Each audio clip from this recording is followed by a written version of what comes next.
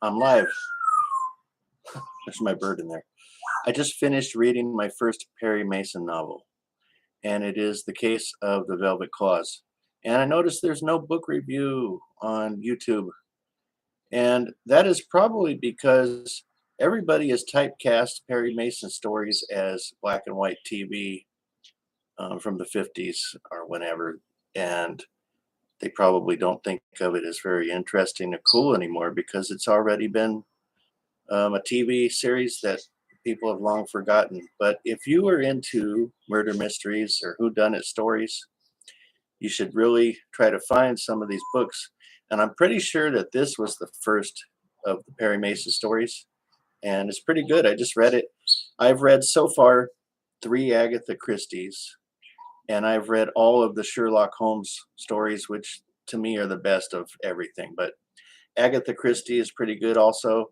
I read Murder on the Orient Express.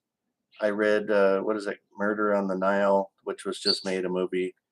And the other one was, and then there were three, which had some variations in the titles. And if you look that up, you'll understand why. I'm not going to go into that. But Agatha Christie stories are pretty good. They're a little thin, perhaps, on actual facts. They're more dialogue driven, and they're pretty good about describing scenes and people being kind of locked into a very tight knit scene. That part's kind of enjoyable. This one, on the other hand, is Perry Mason is an attorney and a private investigator, so he kind of has both of those angles covered in his profession. And in this book, he's trying to protect a client that doesn't tell the truth, who is implicated in a murder. And ultimately, Perry Mason gets everything he wants out of it. He has to employ a lot of leverage and various maneuvers with multiple people to accomplish his goals. And man, the woman that that led him to the case, she is a real pain in the butt. Ultimately, though, he gets everything he wants. There's a little factoid in here that's kind of funny because this book was written in 1933.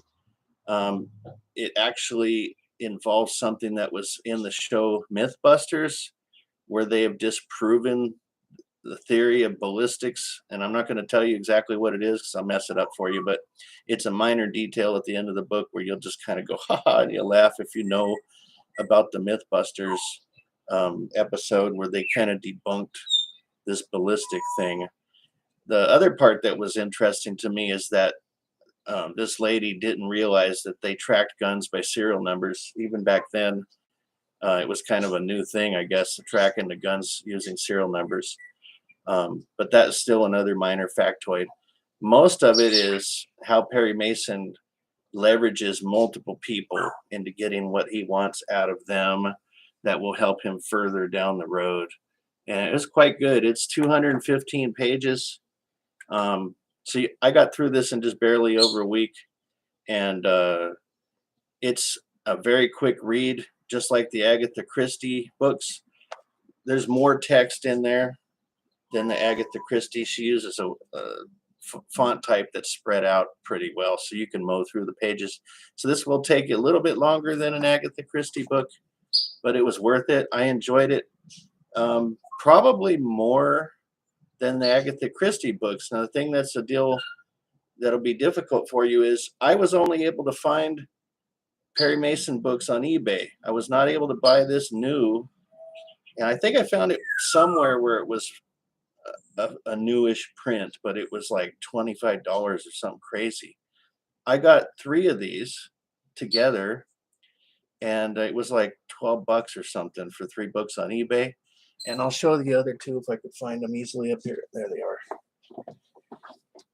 Some point in the future, I read books of 7 at a time. So I've also got The Case of the Buried Clock, which sounds pretty cool, and The Case of the Lazy Lover, which I don't know if you ever want a lazy lover. That might be not so fun. But those are the 3 that I got to start with. And I'm not reading them all at the same time. I'm going to space them out. But this was quite enjoyable. So People have forgotten about these. Look them up on eBay. The other thing I was going to tell you that people probably don't even realize, I'm pulling this from Wikipedia. Earl Stanley Gardner, who wrote this series, he wrote 82 books plus 4 short stories.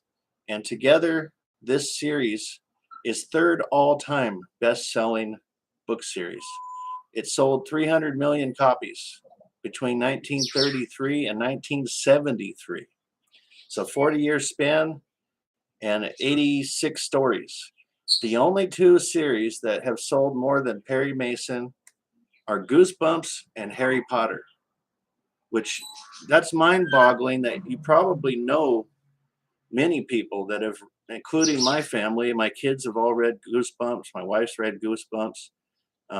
And my son and I don't know about my daughter, but my son and my wife have both read Harry Potter, but none of them have read Perry Mason books. So I am going out on a limb here that the interest in Perry Mason is going to come back, and eventually one of these books is going to become a movie, because I don't believe there's been any recent Perry Mason movies. And if I'm wrong, correct me in the comments below. But I think the first iteration of this movie was in 1935 or something like that. And I don't know if it was like the 50s or the 60s when it came out on television. This might have only been a movie once. I'm not sure. So if you're interested in looking at the black and white movies, that'd be cool. I'm not so into black and white movies. I'd rather read the book. So really cool book, fast pace, lots of dialogue, lots of action. The image in your mind, if you have one, of kind of a more suave, slick Perry Mason from the TV show is not what this dude is like. He's more rough and tumble and uses leverage and force to get his will, and he's pretty effective. So I had a lot of fun reading this. I recommend getting a Perry Mason book. All right, I'm out.